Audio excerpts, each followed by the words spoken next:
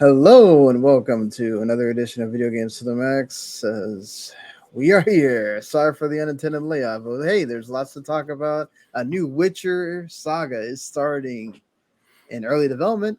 Moon Studios apparently really toxic. A lot more Elden Ring to talk about, of course, with Jens Dietrich here. Mark is here as well, Yep. Hiding.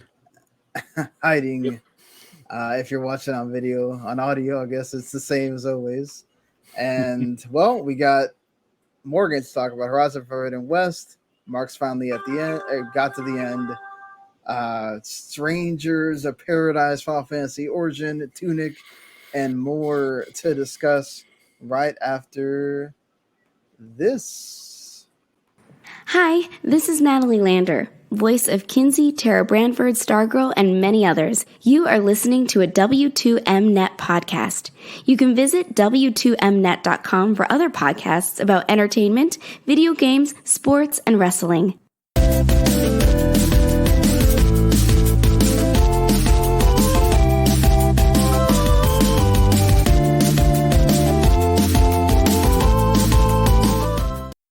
You are listening to Video Games to the Max.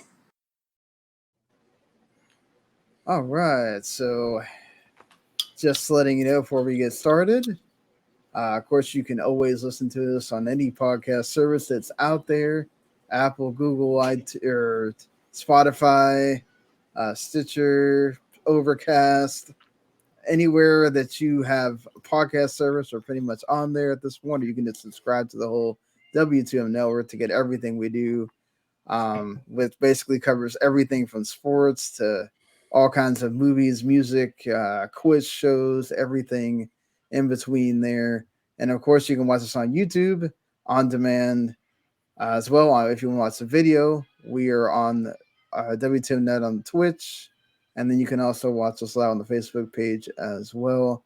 So, guys, before we get started into the Elden Ring talk, Elden Ring has been, literally ever since it came out, and even now, we're talking about almost a month since it came out, and the timeline is still almost probably about half my timeline is still talking about Elden Ring. That's how much of an impact that game has made, and of course, the bigger impact, probably more importantly for Bandai Namco and From Software, is the sales, which after only releasing within 3 days, because then February only goes to the 28th, unless you're in a leap year, sold. It's the fifth best-selling title of the 12-month period ending in February 2022, according to NPD. It has the biggest launch month in sales since last year's November 2021 Call of Duty Vanguard. I think it's sold something like 12 million copies, which is ridiculous. So, I'm sure you're happy to hear that Elden Ring has been selling well, Jens. No, I'm going to have to move on to something new. It's just too mainstream now. It's too mainstream. You like being in that Souls No, subgenre. I actually don't. No. The discourse has been... It really has been like a 50-50 split of just delightful discourse from people who are really loving the game and posting memes and posting funny deaths and all that stuff. And then the other half, which is just people shouting at each other over the difficulty or over how, From Software intends it to be played. Yeah, So, or don't use this, even though it's in the game. Exactly. Or, I was in the middle of grinding some runes when I was interrupted by the big update. It kind of forced me off the servers for a bit. And I immediately noticed that the frame rate was smoother and was happy with that. And then I looked on Twitter and everybody was upset about the Mimic getting nerfed, apparently. Yeah, I was going to ask you about the... how you felt about all that. I haven't even used the Mimic yet, so it really has not... If there was a frame of comparison, I don't have it yet. I also haven't really used the Ashes summons and all that stuff. I've just been either playing solo or with Mark. Yep. But I mean, I'm it's told a friend of mine who's beaten the game says that the Mimic is still very, very good, even in New Game Plus, where he's using him a lot.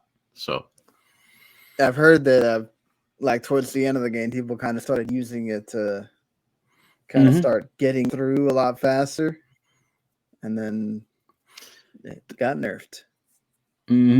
Yeah, well, there's a lot of things that people are upset about with. On the other hand, you've got Radon apparently has gotten easier. So now it's like if you didn't beat Radon before 1.0.3, then you didn't really beat Radon. Anyway, it's all nonsense. I knew that this game would get patched multiple times before I ever got anywhere, so I'm not upset. I mean, at least they're updating it and maybe improving things, maybe not so much improving things, but that kind of happens with games like this. At least they're listening to the audio, to the people that are complaining about these things, and maybe The not biggest so bug much. we've had so far in co-op is a broken boss, where just like certain parts of the boss fight just don't spawn. Yeah, And, like the scripting broke. Yeah, that's happened. A lot because a lot on that one boss, in Stormvale Castle. So I hope that they patch that because it was one of those. The Academy, not Stormvale. Oh, the Academy. Sorry. Yeah, so we did both of those back to back. So Mark and I are now at, unless Mark you've played more, we are at exactly the same point of progress here. Yeah, we're about. I don't know. I'm about 20 hours in, level 100 something. I'm below you, but have done 4 bosses. All you do is like roll around against boulders. So yes, there's a really good spot that is accessible relatively early in this game, where you can roll. If you ride a certain way, you take your steed and you ride down this kind of mountain path in the correct way.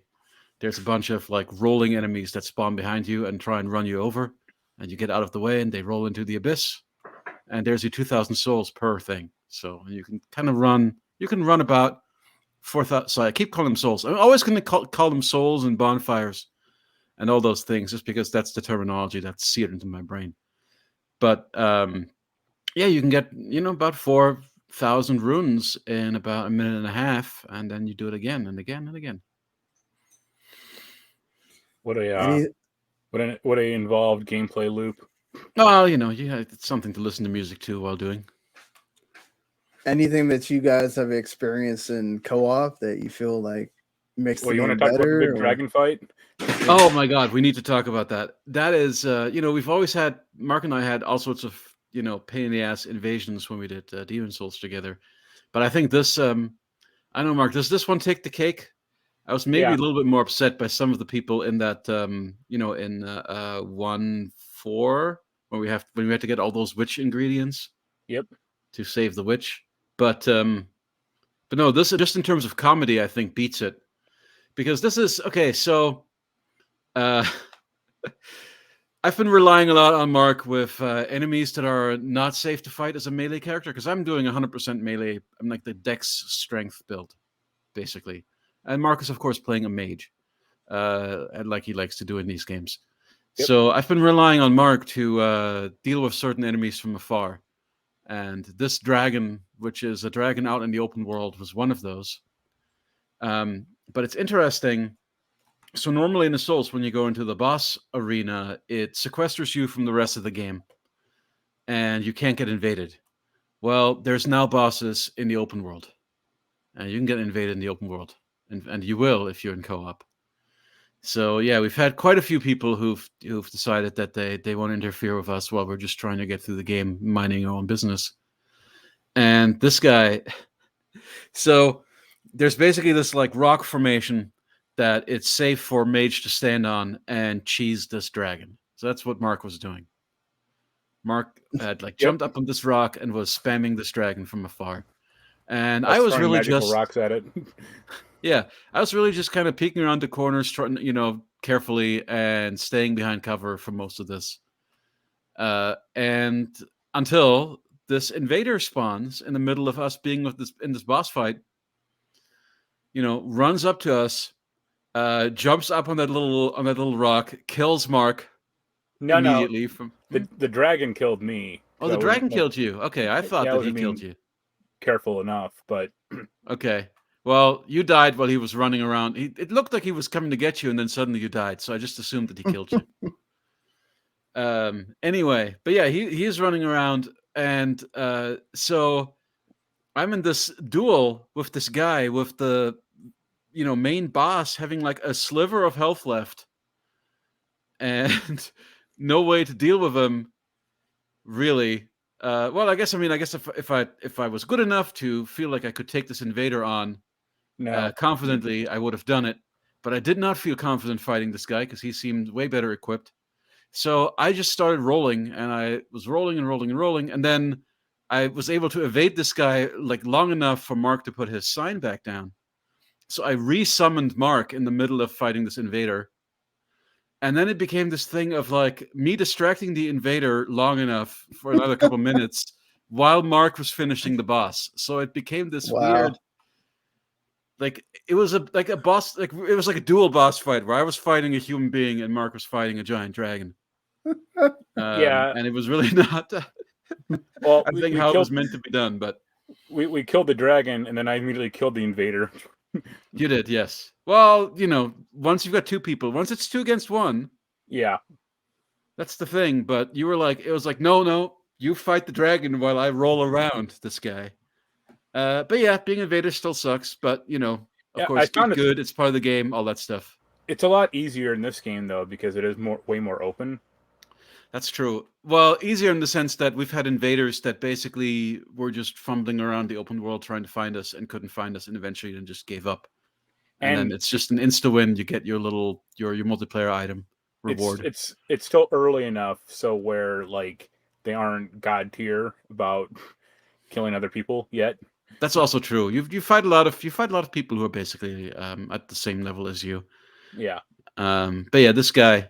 But yeah, you just kind of magic bolted him in the back while he was trying to fight me. So Yep, that helps. it was good. But a really positive thing about multiplayer in this is that you can farm the materials pretty easily that you need to make the item which reveals. We talked about this a little bit last time, that now there's an item that reveals multiplayer signs, which I still think is not ideal. Because again, it just makes it so that if you put your sign in an unusual place, nobody's ever going to find it. But I do like that it's an item that you can farm endlessly and then craft, which makes it infinitely more tolerable than in, say, Demon Souls, where there's literally a finite number of these stones of ephemeral eyes in the world that you can find, and you're going to burn through them if you fuck up in co-op. So they become very precious, and it becomes really I know I spend a lot of time just kind of like getting like, even I like did like random invasions or trying to get into random boss fights with other people to earn more of those, because I was getting worried that Mark and I were running out by the end of that game. And here that's not. I've got like 100 now, so I got like a huge pool of we can die and fuck up as much as we want and come right back. There's not really a big price to it anymore. And man, those checkpoints are plentiful. Like I have not had. Okay, I guess some of the small kind of standalone dungeons have been like a little bit longer, where you go through a whole dungeon without a save point. But mostly, it's just like a daisy chain of these save points, of these grace bonfires, whatever you want to call them. And you just have to kind of make it to the next one. And if one of you dies, you just resummon, and you can go through the game pretty comfortably. It's a much more pleasant co-op experience so far than I'm used to. Yeah, Mark, there's what do like you one of think? those like graces like every 500 feet or like 1,000 feet. So Mm-hmm. yeah, I mean, I'm kind of trying to follow an interactive map, so that's how I'm kind of cheating the game. Oh, you're already. I have not looked at a map at all. Oh yeah, that's why I have 8 of those flasks and like plus 3 or 4 on the flask because I was trying to find all the stupid materials I could easily enough. Right. How far do you guys think you are in the game? Not at all. Yeah, I mean, we've killed 4 bosses, 2 of which are major bosses. Well, I'm at the point I'm like I tried to get up to this one isle or like land of the giants because there's one of the bosses, like he's on the kind of this like mountain cliff, Mm-hmm. or he's like it's like a 2-tiered mountain where it's the bottom layer and the top layer, and if you run around him to the top layer, he will follow you, Mm-hmm. and if you jump to the bottom layer, kind of like You fall to his death. well, he won't even fall. Like the game scripting breaks, and he instantly dies. Nice. And he has 2 forms, and like you can do that twice, and then he just dies. But like to get to that mountain, the Isle of the Giants, or like the Land of the Giants, like you have to get so far in the game that it's like ridiculous. Yeah, I know that we've uncovered maybe like a fourth of the overworld map, but I've knowing uncovered that a lot. I've Mhm. uncovered a lot more just because I was Mhm. running around with that map I had. But Yeah. yeah, and it's hard to like try to coordinate with you, like because you didn't have the map at the time, so you're like, I'm under this bridge, and I'm like, what? That doesn't help me that much because there's 1,000 It's a bridges in this giant area. broken bridge. How many of those are there in this area? A lot. I was on a different one, and I showed you where I was, and you're like, I wasn't there at all. Right. But yeah, it's when we, no. I Sorry, was what were going you to about to say, say, like Mark? when we find more time, we'll obviously play more together. Like, and it's fun to play in the open world, like Yeah, co-op. yeah, You it's can't fun to use just explore together. That's a really enjoyable experience.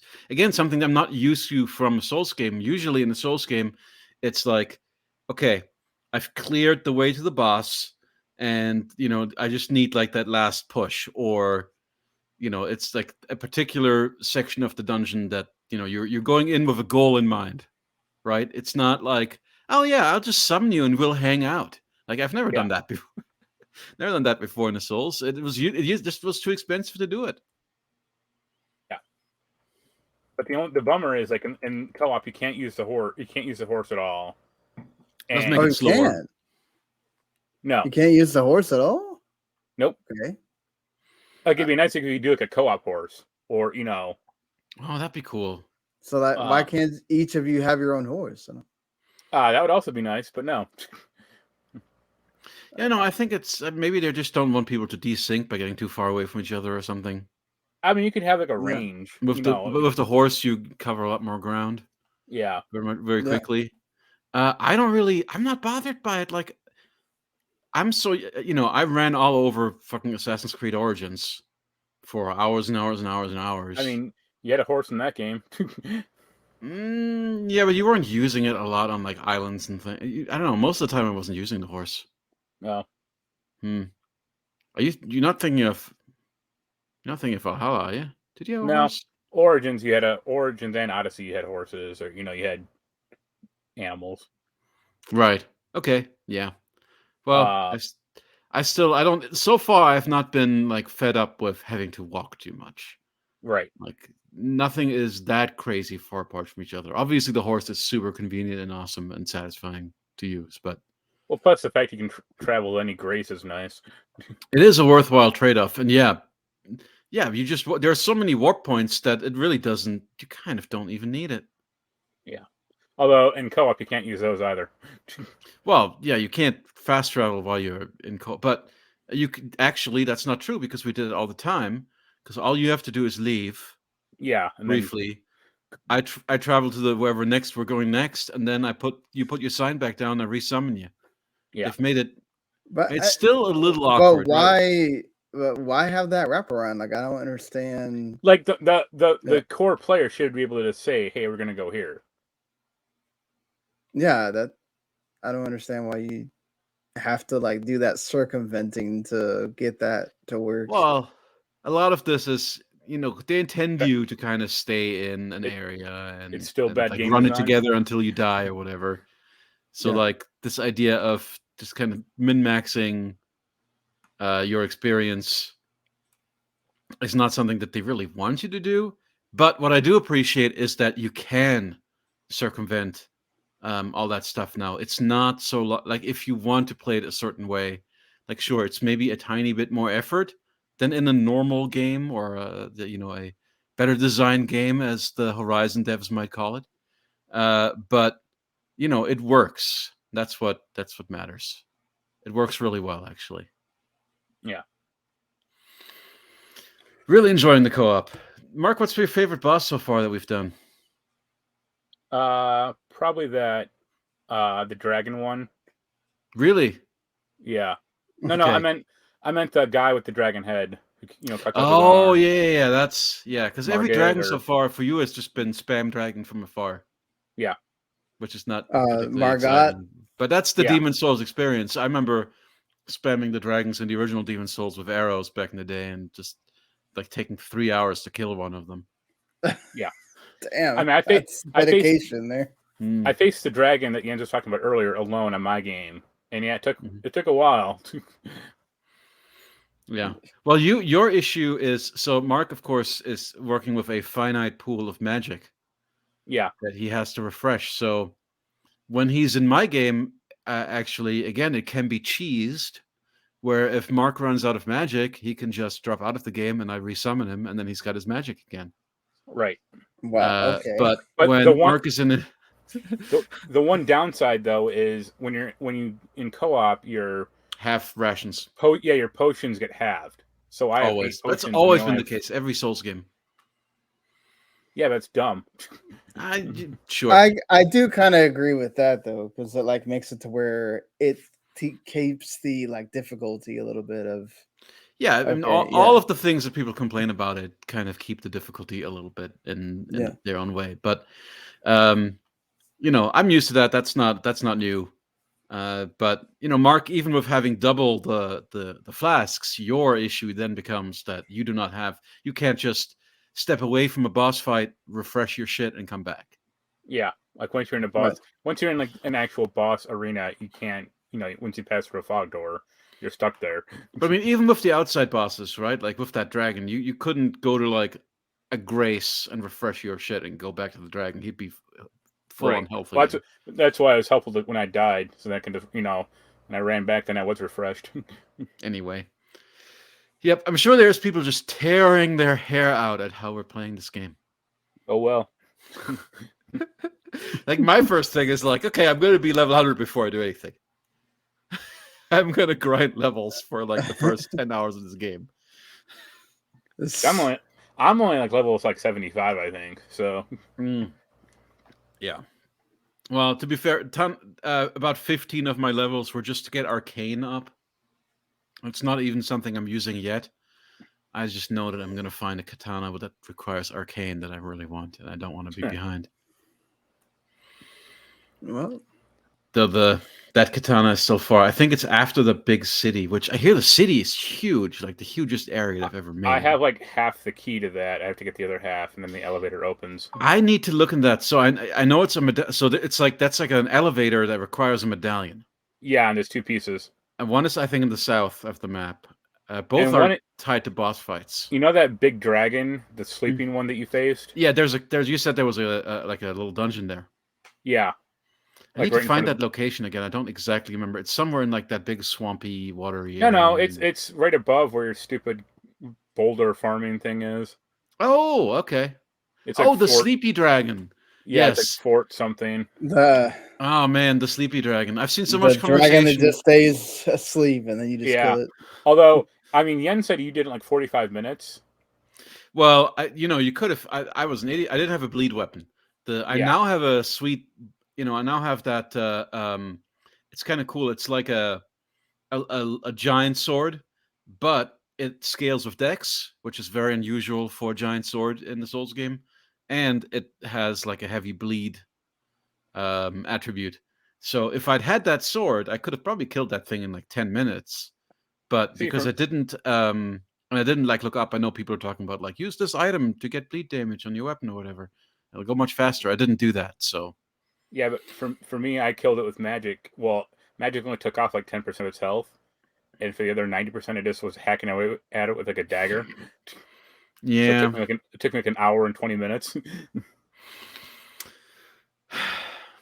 You could have farmed more souls than you got from that dragon just by running the boulders for that long. Way more, actually. I don't care about the boulders that much. Like, I regret showing you that video now. It's fine. That's every I end every Souls game at like 170 or so usually with my melee characters Wow. because I need that. I don't know. I need that padding. That's a little bit extra padding. Mm. Well, Mark, you got to the end of Horizon Forbidden West. Yes. Yeah, I beat that. Yep. So you finally actually got to the Forbidden West. How does it compare? I like the first one more. Oh, I Oh, meant to Elden man. Ring, but okay, to the first one. Yeah. Okay. I mean, that's kind of unfair to compare it to Elden Ring. That Yeah. was. How does it compare to the original Horizon? I mean, it's not quite as good. It's still a fine enough game. Okay. What makes it worse? Let's see. The skill trees. There's too many of them. I mean, there's 6 skill trees, and the original game had like 3. They were still pretty big at the time. Yeah, but this game, like, it's like, oh, you can get in like robot mastery, and I'm like, I barely do this in the game. Like, do you even get enough resources to level everything up by the end? oh yeah, because every side quest gives you at least 1 or 2 like skill points. Oh wow! It's not tied to like your experience level at all. I know there are a lot of optional side quests, like an insane amount. Same as the first game. The first game didn't seem quite as crazy. No, I mean, I beat this game, and there's like 1 collectible I never even found in the map. I think there's only 3 of them, but still, like I spent 60 hours playing the game, and I never even saw one. of a type of collectible. Yeah. Okay. I think they call like war totems or some totem or something, but I never even saw one. Interesting. I think the story in this is, I don't want to get too spoilery. It's not great about fulfilling like some of like Zero Dawn's story, you know? Is it more we're going to a new area and dealing with new stuff instead of addressing the ending of the last game? Well, it's more like them just teasing you. So like one of the missions is like you find a guy who's been alive for forever. He's been immortal. And he's horribly mutated. And because he's immortal, he's been horribly mutated. Mm-hmm. And you don't actually see what this guy looks like. He's like hidden away in like an elevator. And like a guy goes to see him, and he runs out screaming. It'd be funny if it turned out to be the Onceler. Well, you never see, then the elevator, the elevator and the base blow up. But you never see what he looks like. So it's like, what? Like, this guy is important, especially if you played those games. Like, he's like one of the key figures in this storyline. And you don't, it's just like such a like tease. This thing, how much does it drive the story forward, though, in terms of character development, narrative progression, learning more about the world and what happened? The world's interesting, kind of. Aloy, I think, like has like a weird digression in this game. Like, although there is a cool, you find another Aloy clone, who's kind of cool. She's like very, sheltered, and like she's been tortured. So she's like very different from Aloy, even though it's the same voice actress, and they look kind of, they more or less look the same, except Aloy has like way crazier hair. But yeah, I guess you compared her to Lara Croft in that third Tomb Raider in the last. Yeah, because she's so single-minded focused that she makes bad decisions. You get a home base and you don't do anything with it. It's like crazy. All the other characters just like sit around or stand around. And did you max out one of the skill trees? What was your primary skill tree that you focused on? Ranged. Because ranged is so busted in that game. It's great. Like, yeah. I have a bow that like within 2 shots can tear off pretty much anything. You love your ranged characters. And it's not even like fully leveled up. So it's not even necessarily that's range. It's just that even though they improved the melee a little bit, it's not that really. It's still much better to like if anything, melee is worse in this game, because at least in the old game, you had like multiple spears, or there were a few missions where it's like, oh, I'm going to upgrade your spear to do more damage. This game has none of that. Like, I think but don't they give you all different kinds of weapons instead? Well, yeah, but it's all ranged weapons. It's you have the same spear through the entire game, Oh, really? Oh, wow. You don't even. and Okay. there is a slot from additional spears, but you don't get any at all. Well, there's a slot, but you don't get any. Is this like a DLC thing? Maybe, or they just forgot to put it in. I don't know. Do Remember? you feel? Mhm. Sorry. Go ahead. No, I was gonna say. Remember that state of play? This isn't my review. I mean, my review is almost done. I have just the conclusion to write.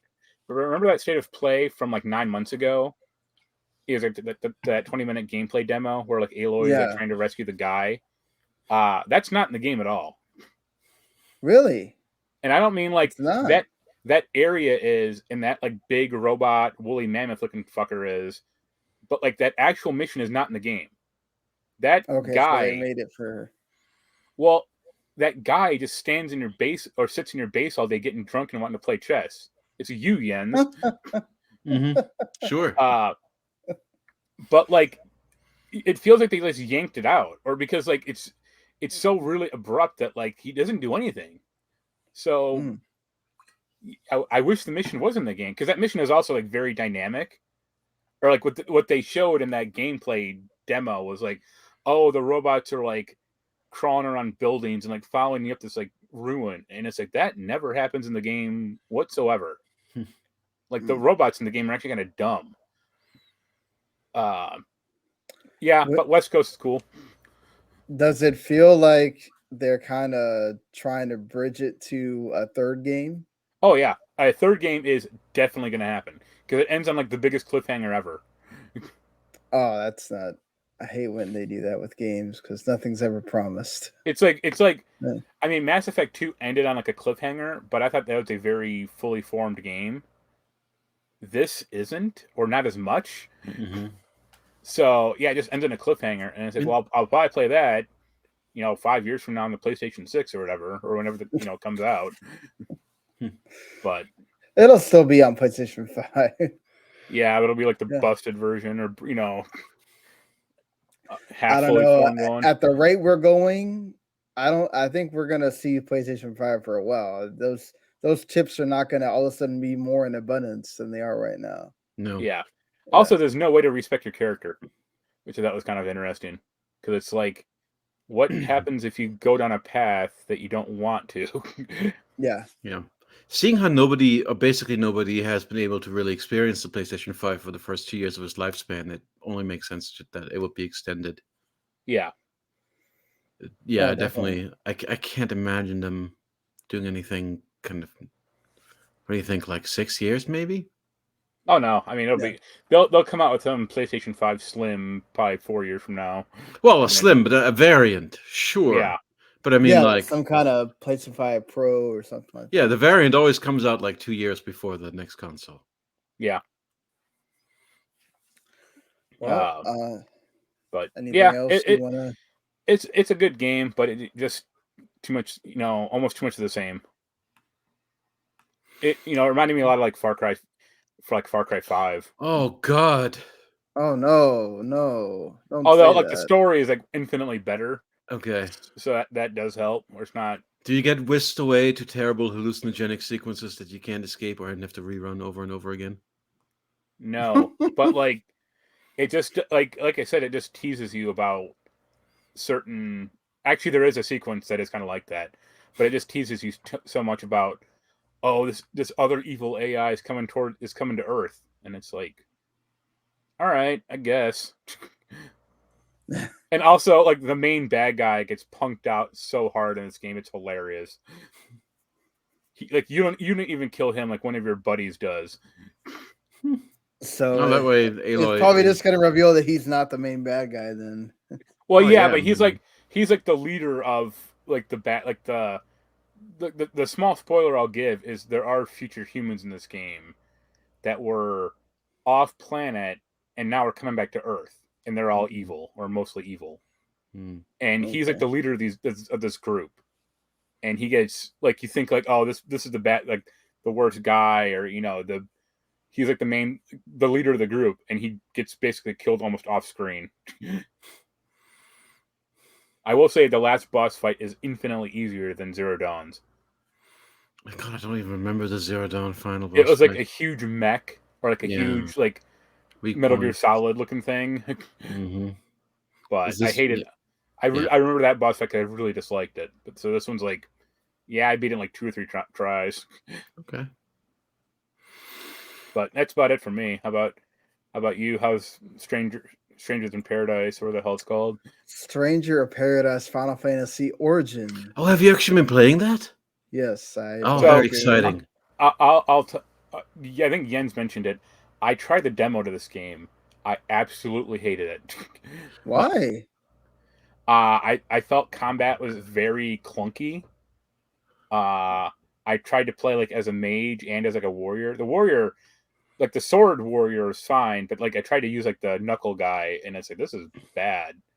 Hmm. And Oh, these bomb guys just keep killing me over and over. that's the one I have never touched because I don't see the reason for it.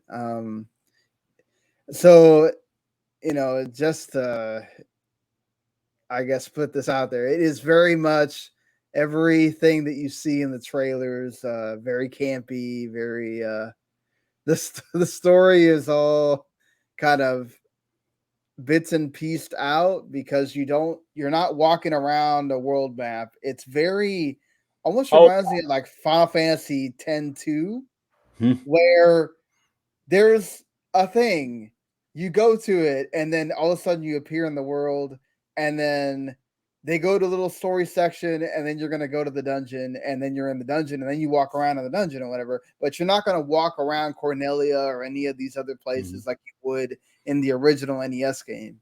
that Is was there an overworld? Like, is there like a no. map like in Neo? There's a world map, Yeah. but Okay. it's segmented. Like, here's your mission, you go there, That sounds and that's exactly like Neo. yeah, That exactly.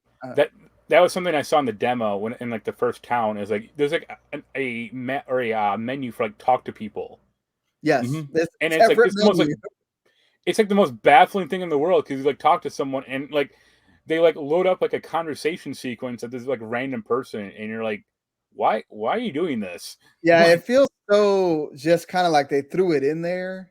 Mhm. And it makes it look worse than when you walk around and find NPCs because not only that, but you're going to see the same NPC like 3 times in that like 8 sections of conversation that they have with different people that you can toggle in between. And then you have, if you actually complete a mission, you have the before the mission and then the after the mission of most of those people, which is also just very weird. It's like, really? Like, why is this even in here? So it is all about chaos and chaos and chaos, figuratively and literally, because you don't know if chaos is. They've toyed with the idea of chaos being a like thing of your imagination, like not necessarily actually there. And I'm guessing that at some point they find out that chaos is real throughout this. So I'm only gotten to the I think it's still in the demo, like the third world or whatever. Wow, the demo has that much stuff. Yeah, the demo has like at least I think 3 or 4 Yeah. missions in it. Quick question: Yeah. Is this the same chaos as in Dissidia? Well, yeah, it would be the same looking. That's- It would have to say you fight him at in the first. He's the first boss you fight is what chaos looks like. So, even though they think it's Garland, but it winds up being one of your companions that you wind up having in the game. So, what makes this work for me, which I totally disagree with Mark, is the combat. I thought was actually good in this game, and it's what makes this game stand out. Other than the campiness and the just like it's so bad, it's so good, so bad it's good kind of feeling that you get from playing this game. But I like the combat of just being able to toggle between you have 2 different builds going on at the same time. So you have like 23 jobs in this game. There's not a very long spear grid for any of these jobs, at least from the ones that I've been through, which I've been through the complete one for the mage and the he has the great sword. I don't remember what his name is, It's not the warrior because you get the warrior one later. The But bouncer. yeah, the bouncer. So he basically, you can toggle, like you press triangle, which I'm playing on PS5, and you can go between the two at any point, anytime you want. So you can go from beating up with the greatsword, then switch really quick to beating him up with the mace and have the mage, and then throw fire at him and do whatever you want. You can't control the other two characters. The only thing you can do is tell them whether you want them to go all out or just kind of do their stuff. They are actually pretty good. I didn't ever run into a problem where I felt like they weren't doing their job. So I will say that they did do well in giving you good AI characters to deal with. You cannot change the job. As so far that I've been through, I don't know if you can later in the game, but so far within the first 3 or 4 levels, you cannot change the jobs of your characters. They are those jobs. Like I said, I don't know if that happens later on in the game, but as far as I'm at right now, you can't. So you can switch between them because I think you get like 4 different AI characters, and you can only have 3 people in your party at once. It's Jack and then the other 2 characters, whichever you decide. It's like, I think what the aside from the combat, you also got like the great music. Obviously, this is not a very pretty looking game. It's not. It looks like it could have been on the. At times, it looks like it could have been on the PS3. Sometimes the way it looks. It's just there's times where it looks nice, but it's like it's not the Final Fantasy you're used to, where you go to the cutscenes and it's like, oh my god, this is beautiful. Like Final Fantasy Remake, it's not going to look like that. You're not going to have those moments. This is very much like in the State of Play where you saw the Valkyrie Elysium. It kind of looks like that. So I like the characters. I like the way that Jack plays. It's very fun to play. It's not as difficult as Neo. So that's one thing I'll say. Like the combat's not difficult. You see how the characters have their different attacks, and you kind of have to learn what they're going to do, and then you realize, which elements they're weak to, and then you kind of try to go off of that, or which job they're kind of weak to. When you start attacking them, it'll tell you weak or whatever. But I had fun. I have fun playing that game. It's kind of like just like a mindless, all right, I can just go attack and whatever. I am going to get whooped by somebody if I don't pay attention, because they'll sometimes, get you in groups or whatnot. But I still have been enjoying it for the most part. The boss battles have a very big incline in difficulty, as you'd expect. So there's that as well. Not to mention, they will come after you, so it's not like you can just go sit back there and watch your other guys do their job. You have to kind of go after the boss as well. So it's something that I'm gonna keep playing. It doesn't help that there's another like game that's coming out next week that I'm really interested in. So we'll see. I haven't even played Triangle Strategy yet. I have that game. I haven't played it yet because I've been playing this and Tunic. So yeah, I don't know that I would say it's worth like $60 unless you're a huge Final Fantasy fan and you want to kind of know what a reimagining of Final Fantasy 1 would be. But definitely maybe when it gets down to like $30, I would say pick it up. I thought it was weird that your character can't jump. Yeah, your character cannot jump. So that was bad. And the level design is just the level design makes it seem like you should be able to jump. Right. So like in the first mission that you're going to this like bombed out church or whatever the hell it was, and like you can go left or right, and like left is like, oh, you can go. If you take a step down, there's a treasure chest. It's like, cool. I can't take a step back up. I have to run around again. It's extremely linear. It felt like Final Fantasy X. Like there's sections that you're obviously supposed to go to that you can go up, and then if you can't go that way, you're never going to be able to go that way, or you have to find this thing that you have to kill in order for that to make the next step that you have to go to. Yeah. So there's that. And the save points make the creatures respawn again. Yep. So when you That's use another it, thing I didn't like. it does refill your health and refills your potions and everything else, but you want to make sure that you kind of found everything before you get there, because if you go backwards to try to find something, you got to go kill those same monsters again. So also, and the thing I played, no Phoenix down.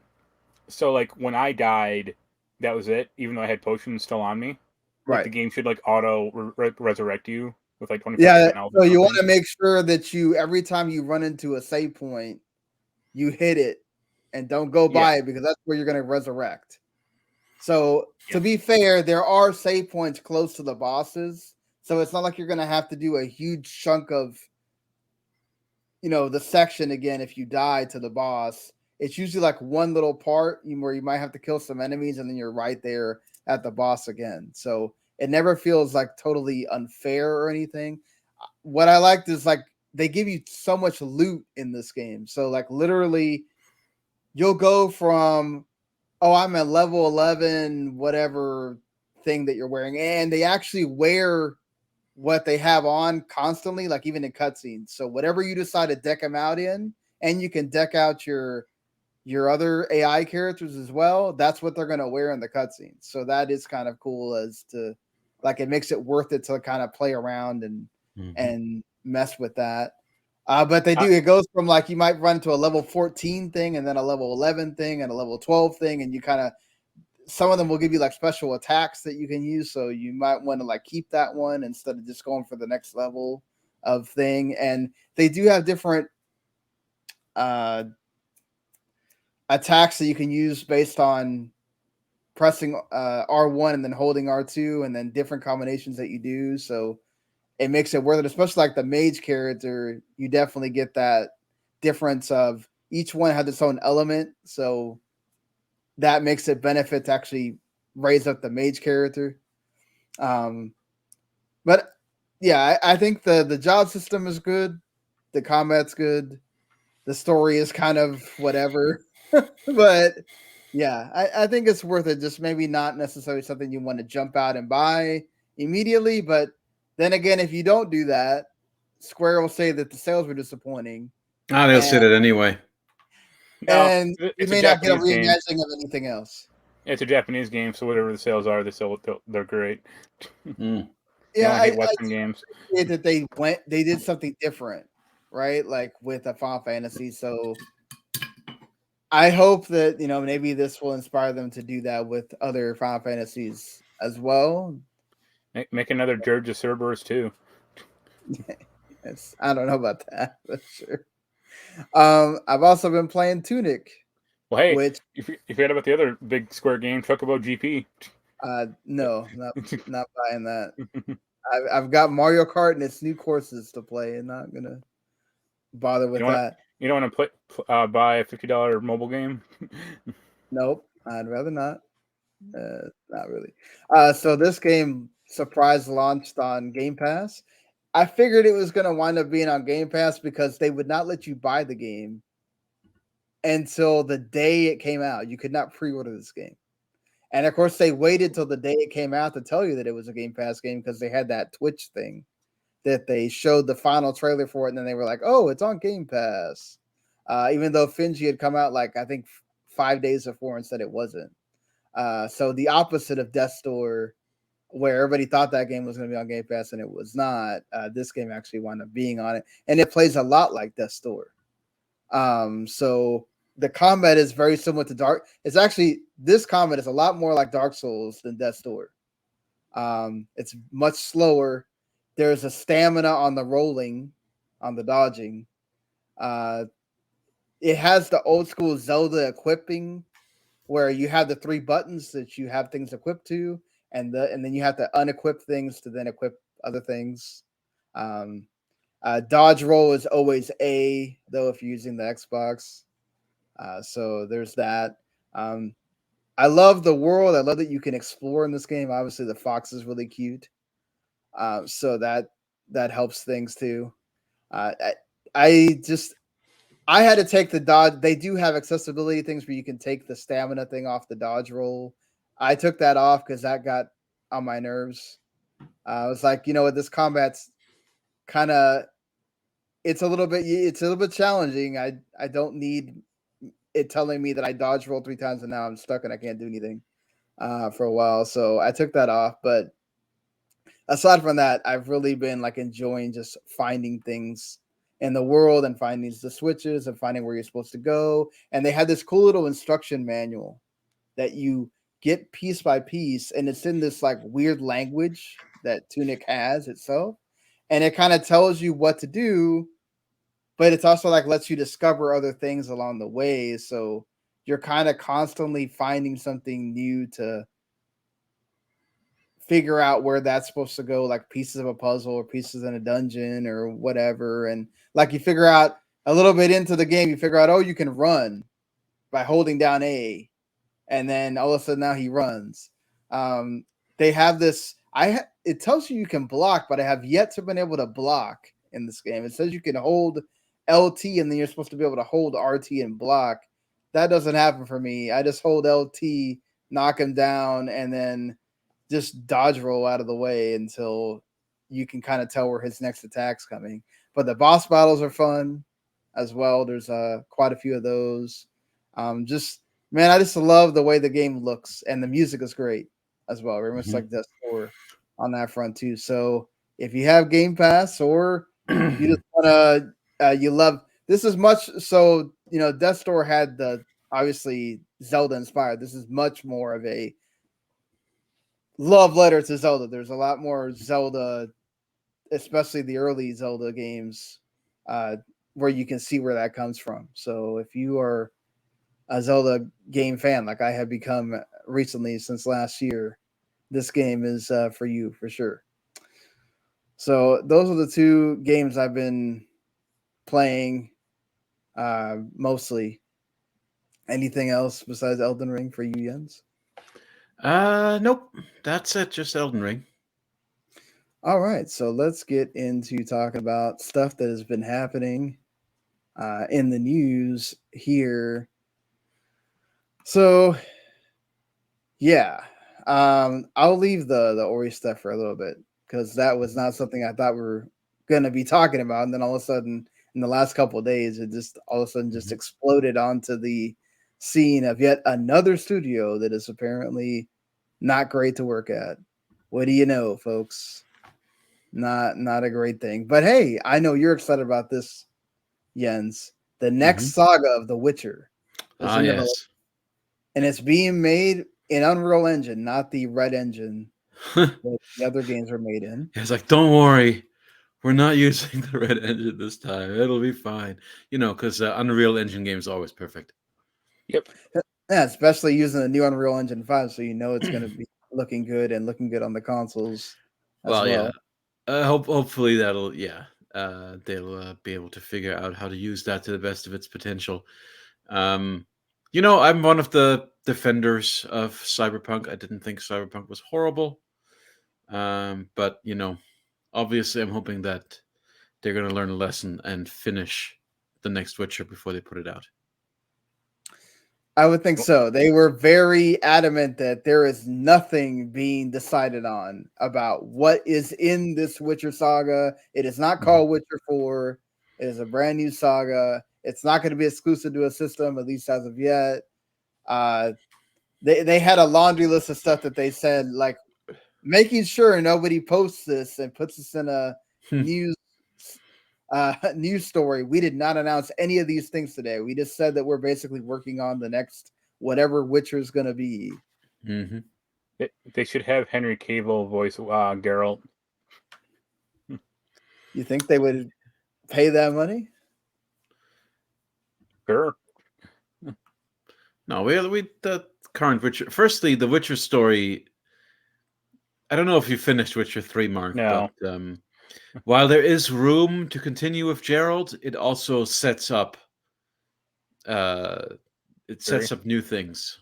It sets up Ciri's story, and her potential. I mean, depending on what ending you get, I don't want to spoil anything. There are multiple endings, but several of those endings offer room for continuing with new character. I kind of see this as like maybe just like a straight reboot. So I mean, if they just do, the one where, okay, Ciri obviously, there's obviously a version of this of Witcher 3 where Ciri becomes a Witcher at the end. So that seems like the obvious one. I mean, there are other endings for Ciri as well, but they could pick it up there. Yeah, I mean, it could be exactly like Mark says, because it's not like, the first Witcher is super playable for a lot of people. I think it's pretty darn playable. I mean, I don't know about you, but no, I'm not the first Witcher is really rough because it's still running on the old Neverwinter Nights engine. Oh, you mean when you say the first, you mean the first Witcher? Yeah, the first Witcher. Yeah, the PC. Yeah, there's like a particular boss fight in the first Witcher that's like an insane difficulty spike where most people drop off. Yeah. 2 I thought was kind of had, more actiony but pretty clunky. See, to me 2 is my favorite of the 2 I've played. Oh, no way. That's not like saying much, but it also has a terrible map. I could find things in Witcher 3. I said, well, I finished 2. I didn't finish 3. I'm sure 2 is shorter. Yeah, shorter. I was gonna say. Mark just gave up because he doesn't like the Bard character. No, because I didn't even see him. You mean Dandelion? Yeah. No, I didn't even see him because they're like, here. It's like find Dandelion. It's like, okay, you have to undertake 15 missions to find him. Yeah, it's just like, you're undertaking a million billion missions over the course of the game. What do 15 missions matter? Because it just felt like elongation for like no good reason. Like, yes, I mean, and most of that game is like that, really, isn't it? Yeah, I feel like you're in that town for about 10 hours of game, and you do a bunch of stuff in it, and at the end you find Dandelion. I don't see how that's any more boring or less compelling or whatever you want to say than any other like long quest chain, of which this game has many. Because like think about I would compare it to Witcher 2, where it's like if that was a mission in Witcher 2, it'd be like, okay, you just go out into the smallish game world, find him, and drag him back, and that's it. There's not, or like maybe like one mission to go rescue him. There would be like 15. I prefer a concise game than one that is overly long. Well, you can complain. This is some bullshit because you love that last Assassin's Creed game, which is the most bloated thing I've ever seen in my life. No, because it's better than Odyssey for damn sure. Okay, I mean, I finished Odyssey, bloated. But I did a tiny percentage of it. I think I finished Odyssey as well, and when I finished Odyssey, I realized I hadn't gone like 14 of the maps or map squares. Anyway, a lot of Witcher is optional, and I think the quest design, the story, and the writing, and everything about it is good enough to actually sustain the 150 hours because it's 150 hours of substance. It's not like 150 hours of busy work. So I'm hoping for a similarly epic and expansive and impressive game as what Witcher 3 was, because Cyberpunk was not it. Cyberpunk was like a little 20-hour, typical open world city game. I mean, but if CD Projekt Red thought they had a lot of pressure with Cyberpunk, imagine what that pressure is like quadrupled to deliver on. So you think the next Witcher? Yeah, I guess they're under extra pressure now after the last fuck up. Or maybe people have lowered expectations. I kind of have lowered expectations a little bit. I don't know, but Witcher, especially if you're going to be releasing Witcher 3 on the current gen consoles and all that stuff, giving people like a fresh. Mark wants the equivalent of the what's that Street Fighter, the movie, the game? That's what you want. You want like your Henry Cavill character model and your whoever plays. Well, it's funny. I haven't seen any of that show, so I can't even touch the show. Okay. It's good. It's not a bad show. I mean, the production I've heard value season isn't 2 quite is there. not that good though. Okay. I love season 1, but I've heard season 2 takes a I haven't watched nosedive. season 2 yet. Really like season 1. Yeah. Yep. Well, I've been trying to delay it, but we must talk about it. I guess to kind of lead into it, apparently Ubisoft was so inspired by Ori that they're making a 2.5D Prince of Persia game. So That's a lie. yeah. And that's not all. They're making apparently 20 different Ubisoft titles, which 3 of them include The Crew 3, folks. Well, I don't know why we're making The Crew 3, but sure. Because the Crew 2 somehow did well, or they say it did. they keep adding things to The Crew 2, even though I don't know how many people are really playing that game. Immortals Phoenix Rising getting a sequel. Okay, I'm totally down with that. I really enjoyed the first game, and Assassin's Creed Rift, which is supposed to be that.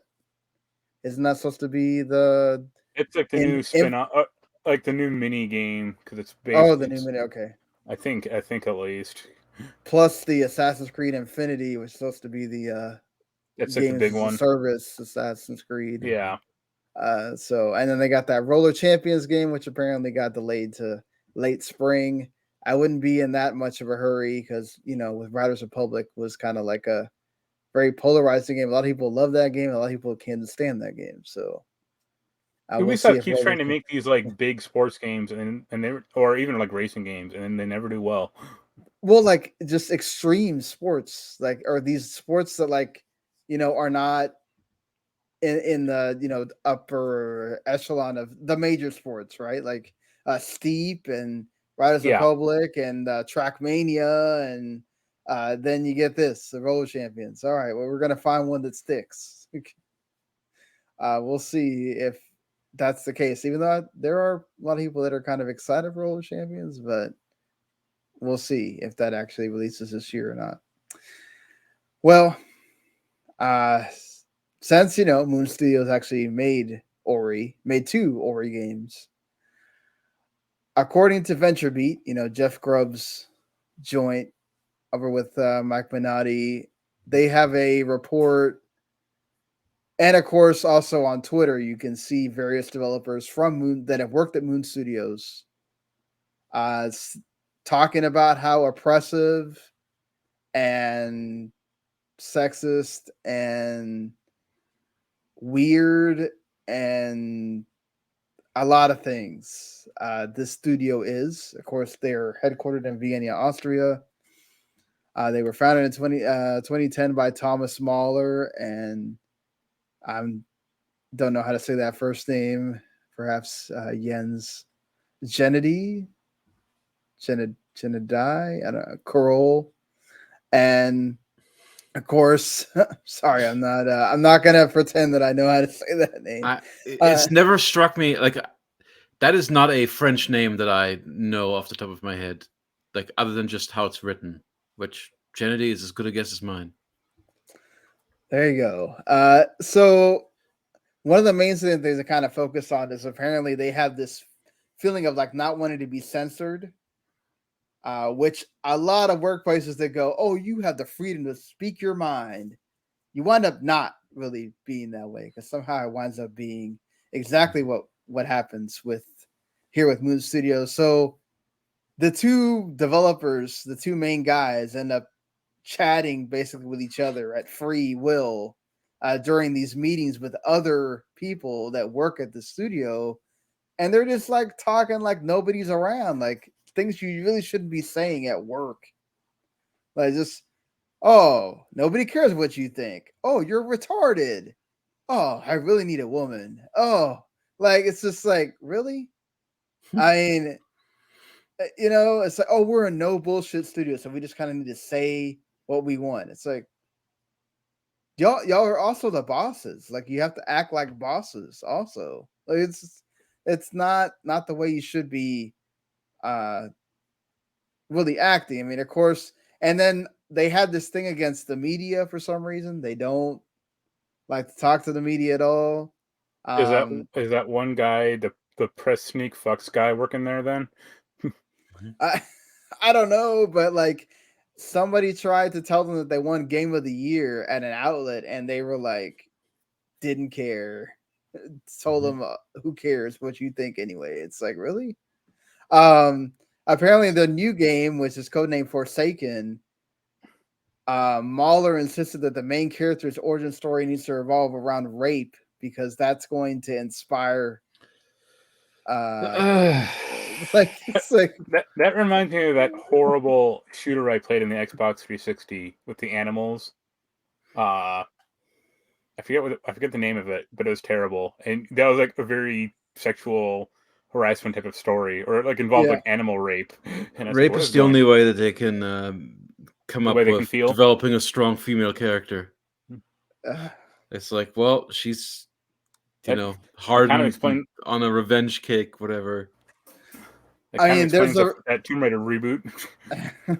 Tomb Raider reboot. I mean, they kept putting her in kind of, uh, you know, bad situations, but it never quite went that far. I mean, I Yeah. think that it was like a little bit of like some guy got kind of rough with her in the beginning, and then she murdered absolutely everybody in that camp and continued to murder a couple hundred more people. So, yeah. um, I mean, it certainly like, was impactful in the beginning. Like all that stuff worked really well in like the first hour of that Tomb Raider game. and then not. Then you became numb to it. Yeah. I mean, it's probably how many of these workers feel at Moon Studios. They kind of just become numb to the whole thing. But I mean, it's not great when you have so many people leaving this studio constantly and then coming out and saying not so nice things about it. And then also it's like the one studio that everybody kept saying, why has Microsoft not acquired this studio yet? Why has Microsoft not acquired them yet? Like, don't you want them to keep making Ori games and other games for you? And then after you kind of read, and I honestly could not do a TLDR of how expansive this report is by Jeff Grubb and VentureBeat. There is so much in that. If you want to go read it, go to VentureBeat and go look at it. There is so much that they talk about in various things that have happened to different workers at that studio. And we would be here for a whole another hour, just me trying to detail half of what that says in there. It's not to the extent of like Activision Blizzard, but it's still pretty bad. And then of course, Moon Studios has actually at least said something, right? They were defending themselves in this, but it really says a lot about, yeah, Microsoft knew they were like this. So this is why after Ori 2, they kind of just wiped their hands and said, all right, we don't need you anymore. Private Division, if you want to bankroll them, then go do it, but we're not going to. Well, hey, they say that Ubisoft ripped off Ori for their new Prince of Persia. Maybe Moon Studios are ripping off Ubisoft for their sexual harassment policies. Oh Lord. Neither one of those things is something you want to be involved with. It's just like, and then this statement as well is not really making them, they aren't necessarily like really absolving themselves a lot of this. It's like they just talk about how they wanted the studio to be a certain way, and then you're talking about, oh well, we have team members from all over the world in 40 different countries, and we wanted to make this a different kind of studio, and oh well, we came up with 2 award-winning games out of it. So it's just, we're kind of like glossing over any of the stuff that people brought up, and we're just kind of talking about other things involving the studio. I mean, like, yeah, okay, you've been around for 12 years, and yes, you tried to supposedly state that you deeply care about everybody that works there, but it's just like, if you did, you don't see anybody coming out in support and negating any of the stuff that people are saying, right? So if you don't have anybody really defending the studio, what does that say? That most of the stuff is pretty spot on. Then it's sad to see that you keep hearing this more and more. Now even Sony's getting accused of sexism by up to like 8 different women now in a report. No one is it's all coming out now of how the gaming industry has some really, really bad practices, aside from just crunch. So we at least Sony keeps doing positive things and encouraging studios to make games for them. They have bought Haven Studio, which I feel like it wasn't that long ago that we talked about Haven Studios being created, and then Sony putting some money into helping kind of like get that going, Mark. And then here we go. They've now bought Haven Studios. Yep. It'd be nice if something actually came out of this first, but I guess we'll see. I mean, it's good for these 60 members of the staff to have some security, financial security anyway. I guess we'll see what they're making. Well, they said it was like an online shooter or like online multiplayer thing, which doesn't interest me that much at all. It doesn't either me, and so far Sony has not proven that they really know how to do that well. So yeah. Every time they try to come out with one of these things, it doesn't necessarily do all that well. Maybe the studio is just working on the next mag. Let's go. Wow. Remember what was that? Like it's supposed to be the first like game that could have like 64 players at once or whatever. No, I think it was like 256. Oh, okay. Yeah, it was 128, player versus player, so it was ridiculous. And then it didn't turn out that well. Yeah. So are you guys fans of Until Dawn? That was fine. I didn't finish it, but it was fun. Well, I wasn't as big a fan of the dark anthology. Yeah. Yeah, we played that first one, and it was not great. No, but Until Dawn was pretty good for what it was. Yeah, really good. I've heard that House of Ashes is the best one of the 3 that they've released so far of that series. Yeah, it's good to know. I need to get back around to that. I really like that style of game. I like the very cinematic kind of QTE adventure games. So yeah. I'm up for more of that. Well, they have a new game called The Quarry. You can watch the trailer. It's like 2 minutes long. And pretty much it's going to sort of follow the same kind of thing of Until Dawn. You got teens that are involved in this horror game that you're going to be making life or death decisions, deciding who you're going to save, any relationships. There's 9 camp counselors that you play as. And, of course, anything can happen at that point. And you kind of decide how the story is going to go. So, and you will be able to play with friends online as well. So you can kind of have like I guess, sort of online couch co-op experience. And they do have some a good cast here. David Arquette, Ariel Winter. A-lister right there. Yeah, I mean, hey, he did come back and do that Scream movie, So Ed Raimi. Yeah. Another A-lister. Brenda Song. Lance Henriksen. Yeah. So I can't wait for the very tired Lance Henriksen acting performance. Would not be surprised. But I'm just glad that they're making a game like this again. Hopefully it can do well. At least. Yeah. We'll see if it actually comes out this year or not. They're pretty good at hitting release dates.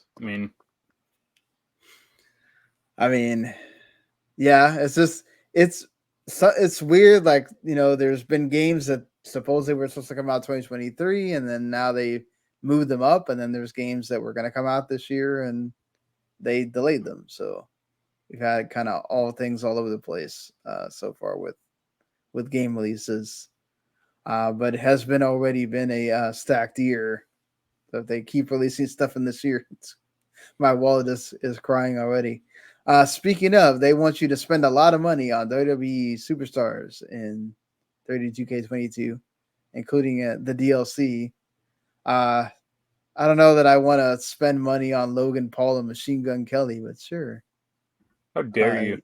Call yourself a wrestling fan? Do that. But hey, you can buy Cactus Jack, Yokozuna, British Bulldog, the whole NWO, which rest in peace Scott Hall, who passed away recently. Yep. The Boogeyman, Vader, currently a new Hall of Famer. Stacy Keibler, Hurricane, and Ronda Rousey even, and RVD. So there you go, Mark. I'm sure you're raring to go buy you some DLC for this. I mean, I've heard the 2K20. game actually is a step up from the last one, but it's like, well, yes, yeah, you couldn't get any worse. I mean, like the last one was so bad that you can't do any worse than that. Like you said, it's the folks at Last Word reviewed it. He really seemed to like it. He's a wrestling fan. He also writes for the wrestling site. So it's not a perfect game by any means. Randy is enjoying it as well. He said he's been liking it. So there's that endorsement too. I'm sure if you're a W fan, you have already bought this and you're playing and everything. But it does have me kind of if it goes down in price, I might think about it because I always love GM mode at least. So definitely want to check that out. You get it like 2 months from now. Maybe 2 or 3 months. I mean that's when it goes down in price. Yeah, true. It is 2K. They don't waste too much time in having their sales happen.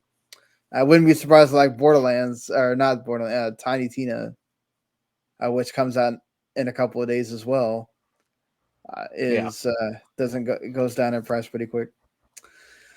But that said, I am kind of excited for WrestleQuest, which is it looks like a golf story but wrestling, and it actually has like known wrestlers like Macho Man, Jake the Snake, DP, Booker T, Andre the Giant, that kind of thing. Just from watching the trailer, it kind of looks interesting. I'm down for this existing. Definitely play this though, because it's more of a kind of narrative tinge instead of just let's play a wrestling game in WWE. So did any of y'all watch that Harry Potter State of Play? No. I thought the game looked interesting. I mean, like they did a good job of, if you like Harry Potter, you'll definitely get that. But I don't know with not having any of the characters really from what you Harry know Potter. of. Yeah, from Harry Potter, it's just like it feels kind of you're missing what made it great. So well, like those Shadow Mordor did pretty well. Like, I mean, it had Gollum, but first one, yeah. Oh yeah, I'm not saying it's going to be a bad game, and it's surprising that it's actually going to come out in 2022 now because they had said previously it was going to be delayed to 2023. It's more surprising they're making a Switch version. Yeah, like I don't know how that's going to run natively, but you can't run Kingdom Hearts 1 and 2. Like, all right, sure.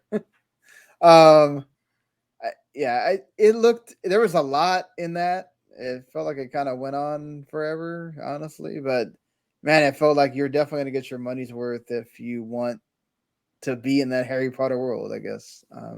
Which I enjoy Harry Potter, but I don't know if I would be getting this game for sure.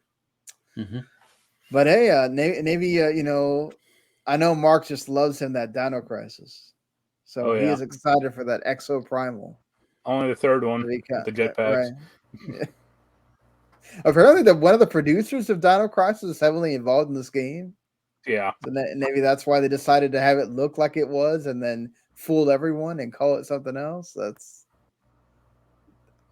like, I get that, like, there's not, it seems like the Dino Crisis fandom is just louder and there's really not that many fans. But I don't know, if we're remaking like every single Resident Evil, why not at least remake one of the Dino Crisis. Because they only made like 2 good. They only made 3 Dino Crises, and only like 1.5 of them is good. I guess. I will say they helped Forspoken after the delay. I thought this is the best trailer we've seen of that game. Are you interested in this at all, Jens? No. No? I mean, like, okay. You don't want real life Final Fantasy? Or like the Isekai of Final Fantasy? Basically. I mean, I suppose. Literally drop her into a world with dragons and stuff.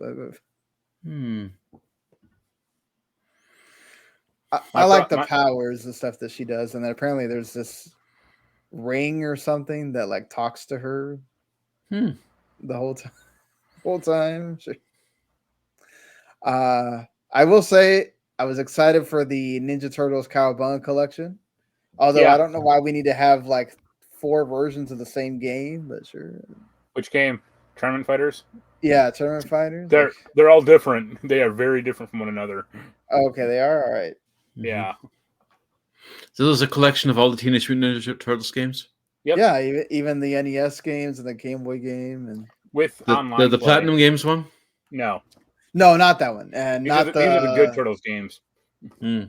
Yeah, not the Nick one either. There was one, I forget which one. There was one on 360 that had an easy 1,000 achievement points. No, not that one either. Yeah, these are all the old.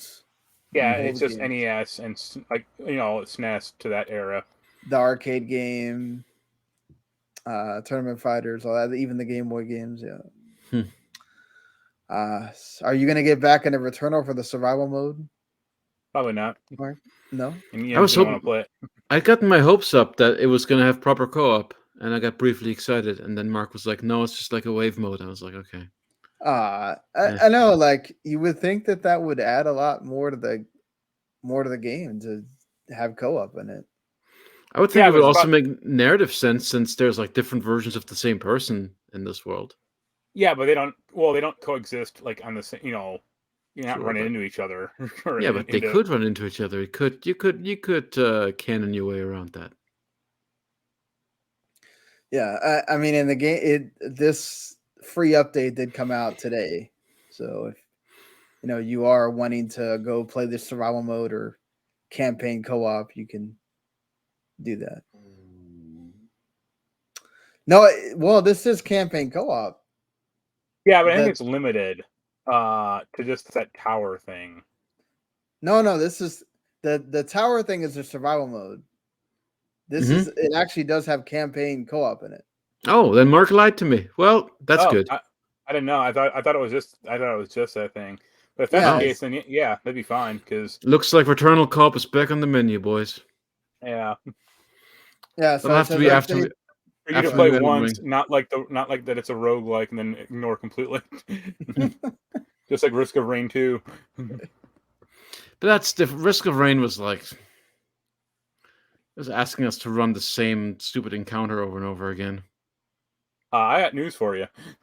It's gonna happen here too. I was excited for the fact that there's a new Valkyrie profile game, but then it basically looks like Drakengard, and I was like, well, this was not what I was expecting, but that's again to like. Sure. I mean, it does kind of look like Nier as well, which I know you love, Jens. So. Well, I like Drakengard as well. I played the last one. Yeah. So, yeah, we'll see. That will hopefully be good. I'm trying not to get my hopes up too much about things these days. Not after I don't know, Ghostwire Tokyo seems pretty disappointing. That's been getting some like weird reviews. Yeah, definitely. And Jess from Giant Bomb really dislikes it. Yeah. Yeah, I've seen a lot of people that did not like it. Elden Ring is like one of the few games I can think of that have actually like lived up to the hype completely. Yeah, I mean, you could say Elden Ring like surpassed the hype almost. Actually, yeah, I see a lot of conversation where people are just like, "Wait, this is so much bigger and more expansive and so in depth than I could have possibly expected." Yeah, I mean, like I have not seen a game like take over the zeitgeist like that in a while. Like where like everybody's talking about it, everybody wants to play it. Even at my office, there's like 4 people playing it right now. The last game I can think of is like Animal Crossing. Animal Yeah. Crossing also, that was giant, but I didn't like it, so I did not think it lived. Yeah. I did not think it lived up to the hype I mean, at all. I think that also was helped by the pandemic and All three of us didn't like it. So yeah. Yeah. Man, it had so much hype behind it. And then you once you demo out the island, it's like, okay, what am I supposed to do now? And then it's like nothing. So where is your hype level for Gotham Knights now that it's going to come out this year? 0. 0. Because I don't think I didn't really like how Arkham Knight was developed. I didn't really like that game per se. Like the direction was kind of weird. Well, the direction of that series has gone to being increasingly bloated. Yeah. With dumb collectibles and challenges and just things that clutter up your experience in an unpleasant way. I loved Arkham Asylum. Yeah, so did I. Yeah, Arkham Asylum was like a perfect, it kind of hit the perfect balance, the sweet spot of all that stuff. And while I liked the open world in whatever the second one was, Arkham City. Thank you. So City and then Night. And I'm not even. I know there's another like a. Well, this is actually where this has come from. Is this is the Arkham Origins studio that's making this. So. Oh, Arkham Origins, that's the worst one. Yeah. Okay, never mind. And like the premise of the game is like, oh, Batman is dead, so Nightwing, Batgirl, and 2 other people, Robin, protecting Gotham. But it's like, okay, first of all, Batman's not dead. I don't care what they say. Like at the end of the goddamn game, it's going to be revealed that he's alive. Yeah, there's no way they're going to not have a Batman game again. Like, yeah. Well, we'll have to find out if we're bad enough dudes to save Batman. Up to 2, I'd be a little more excited for that Suicide Squad game. Yeah, that seems more interesting. Because at least like each player will play differently. Yeah, I mean, I didn't like Arkham Knight. Arkham City just felt like too much, and then Arkham Knight was, here's a bunch of bad mechanics on top of it. You can ride the Batmobile in a really shitty control scheme here. Batmobile's terrible. Now, there's people who defend the Batmobile, but there's also people who defend whatever the vehicle was in the first Mass Effect. Oh yeah. Damn it. Yeah. I can't remember it, but yeah. I mean, it was better in Mass Effect, the remake, or Yeah. But still, no. Well, I still, there's you're gonna find somebody who likes that for pretty much anything. But no. Well, we do know the makeup. That was it. Yeah. Mm-hmm. Sorry. But I know what? We do know we're not gonna get. Sorry, go ahead. No, go on. We aren't gonna get Dead Space. Not that I really thought this was gonna come out this year. Dead Space remake. That'd be nice. As soon as I saw it, it was coming out 2023 because it does not look like it's ready. I mean, they showed the 20 minutes of gameplay that looked pretty cool and everything, but has Forspoken moved out of 22? Forspoken's October 11th now. Okay, good. So. Still good. Oh, yeah. Oh, you know what? Since 3 of us are here, we should give an update to this if I can get in here really quick. So here is how this is going. Randy is kicking everybody's butt right now with 85 points. Well, it's just because he has a lot of games that have come out. Yeah, he has like 3 or 4 games. Yeah, also with very high scoring. Everything like in like the high 80s, pretty much. Yeah. Yeah, he's made good picks. And I didn't think that Gran Turismo 7 was going to be anything, but it's also in the high 80s. Well, that'll be going down probably eventually. Well, they're not going to undo those scores, though. That's the thing is it would if it was, counting user scores that continue to fluctuate because Gran Turismo keeps adding Dumb more shit. and more microtransaction things and whatnot. And being down, so you can't actually play the goddamn game. Oh, Yeah, that too. anyway, so Randy's kicking everyone's ass with Elden Ring and a bunch of other high scoring things. Yeah. Jens is in second right For now. No, Sean picked Elden Ring. Yeah. Well, that's what's carrying my butt right now. Is All right, Elden Ring, Randy is honestly. Horizon, right, and a bunch Yeah. of other. Yeah. Okay, so you have you have Triangle Strategy, which is doing decently, and then the Crusader Kings 3 DLC. Yeah, almost all of my games are doing decently. The only disappointing one is Shadow Warrior. I was really hoping that Shadow Warrior, because the last Shadow Warrior 2 was really good, so I thought if it's as good as Shadow Warrior 2, I'm going to be fine. But no. Right. I did drop Ghostwire Tokyo and replace it with the Returnal DLC. I'm feeling a little bit better about that. You got lucky on that one.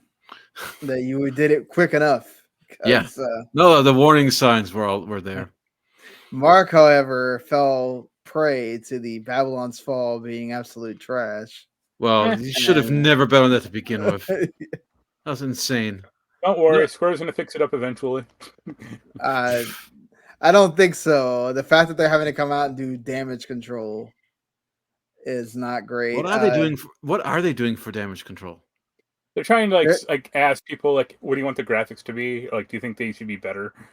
They're coming out and being like, "Oh, the game's not dead. The game's not dead." They really should just go back to the old art style before the last. Because I remember that game looking awesome, and then I looked at the reveal trailer like a couple months ago and was like, "What happened?" They went. I don't know if this is like a Fuse situation where they just decided like, no, make it weird and cartoony with horrible textures. Yeah. And then Jed has been saved by the fact that he betted against Mark. Yeah. And for Babylon's Fall. That Dawn of Ragnarok DLC is doing okay. But then Daniel suffered by counterpicking Gran Turismo 7, and he's got 2 points right now because of that. But Mark has negative 14. Ooh. So. Yep. That's how you know that you could have easily dropped the Babylon's Fall in time, but you decided to drop it after it was already reviewed. Yeah. It's funny digging through the history and just seeing like Mark tried to drop Babylon's Fall, rejected. Yep. Yeah. Although I got like Dead Spaces on my list now, and I don't think I can drop that because. Well, no, you can because it's not releasing. You can actually drop it. I'm the one who's screwed if any of my games don't come out because I've used all my money. My budget's gone. Oh, you can't drop if you don't have any money. That's right. I guess I can drop, but I guess but then it's just I guess you're just taking a 0 on that. But don't worry, I'm sure Bayonetta 3 will finally hit this year. That's the thing is I did end up putting Bayonetta. I was too confident about Bayonetta 3. I don't think that's going to happen now. In fact, I think Platinum is not that long for this world anymore.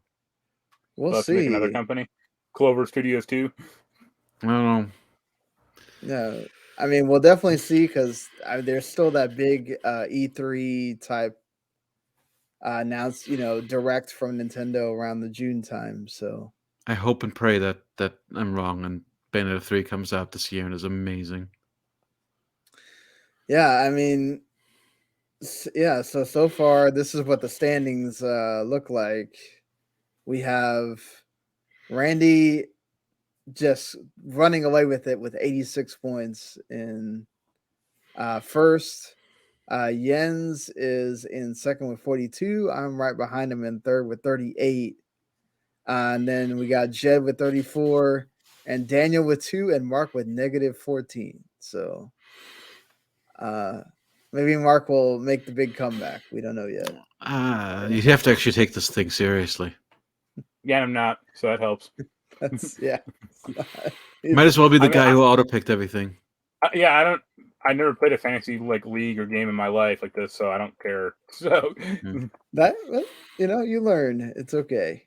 And also not surprising, but they delayed Advance Wars 1+2 due to what's going on in Ukraine. So Good on Nintendo. Oh, is that a Ukraine developer?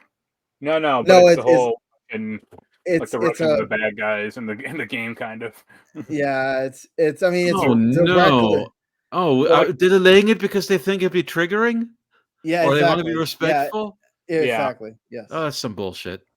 like the I Red mean- Army in the game are like the Russians, essentially. Nobody's gonna be upset. If I was living in the Ukraine, I'd be happy to play a new Advanced Wars to distract myself from all the horror and kick some Russian ass. Well, I think it's different in that like Triangle Strategy is very fantasy based. This has like tanks and stuff like that. Like I think it, like you said, it's triggering. They're trying to be respectful. Nobody was demanding that they do it. It's just Nintendo kind of just decided that they were going to do it, and then they did. So I don't like it. we'll see. I mean, that could still be going on by the time they were going to release it next time. Oh, I mean, they will. I don't like it, but I understand it. Yeah. Nah, bad idea. So I mean, that's also why the war is also why Bayonetta 3 isn't going to come out. Oh gosh, you think so? If there's one thing the brave people of the Ukraine need, it's a new Bayonetta. Well, I mean, we know that that's probably really going to delay Stalker 2 because they are Ukraine based. Oh yeah, Stalker 2 is definitely. That's the other. I had Stalker 2. I dropped Stalker 2. Yeah, so I mean, that one's probably definitely not going to come this year at this point. Mm-hmm. Well, I don't think I need to tell too many people that this week, what's left of it, has some pretty big releases coming because you all probably already know. In fact, right now, today, Rune Factory 5 comes out just for the Switch. A Memoir Blue, which is going to be on Game Pass, but also comes to like everything else, which is the next big Annapurna joint that people are excited about. Relayer, that mech RPG strategy game, comes out on the 24th. And then the triumvirate of big games coming out on the same day. Ghostwire Tokyo, which, like as Jens and Marc both noted, apparently not the big hit that they thought it was going to be. I mean, anyway, yeah. Bethesda kind of sometimes goes that route, right? They have those big games like Deathloop that do great, and then they have Shinji the next Mikami game we're talking about here. Yeah, I heard that that girl, the former game director, is like barely in the credits. Yeah, she really didn't. I don't know how they many of her. They really changed the game after she left. Yeah.